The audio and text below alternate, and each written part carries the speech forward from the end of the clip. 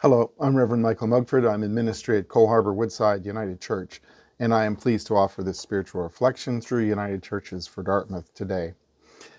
I want to offer some thoughts today about being blessed. Over the last couple of years, I find myself returning to the story of Genesis, where Jacob wrestles the stranger as he waits for his brother Esau to be reunited with him. As brothers and twins, Jacob and Esau have a tumultuous relationship, to say the least, and it goes back to their very birth story. I suggest you go and give it a read.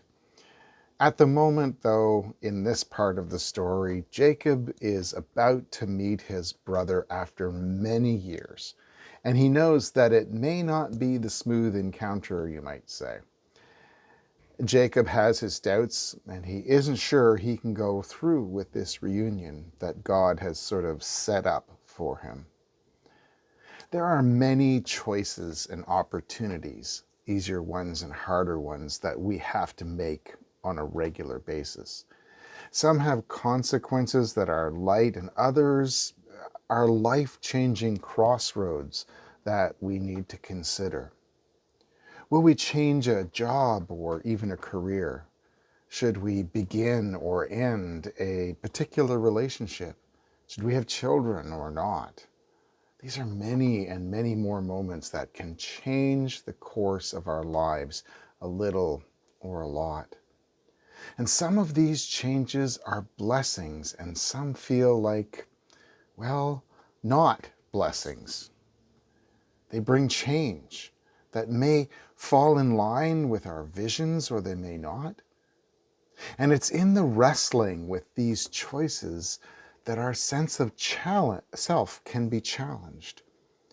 It's one of these moments that Jacob has that will change his life and the lives of his kin through the generations.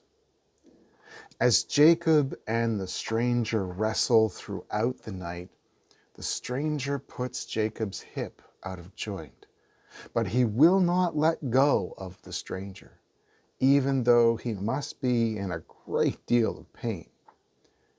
And rather than asking for the stranger to yield, Jacob instead asks for a blessing, a grace, a connection between himself and the stranger. And the stranger says, "You will no longer be called Jacob, the holder of the heel from his birth, but rather you will be called Israel, one who struggles with God." Sometimes we think that God just gives us what we want or what we need. Jacob needed to be reconciled to Esau as much as he wanted to be. He wanted God to be with him, but he needed God to show him that he had to put the energy into this relationship. I believe that holds true for us as well. We want and we need God's presence in our lives.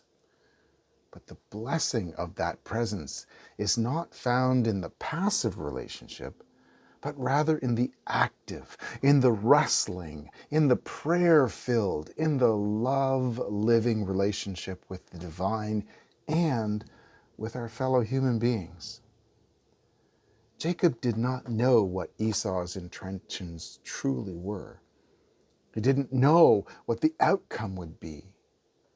But Jacob knew that if he did strive with Esau and with God in this time, if he didn't do that, the blessing would never be his. And his life might be a struggle to continue forward. And so I hope that we don't run away from the struggles of our lives or of our faith. I hope that we would rather continue to wrestle, that we would continue to strive, and in the end, that we would find new identities for ourselves and for our faith in the process of striving with God.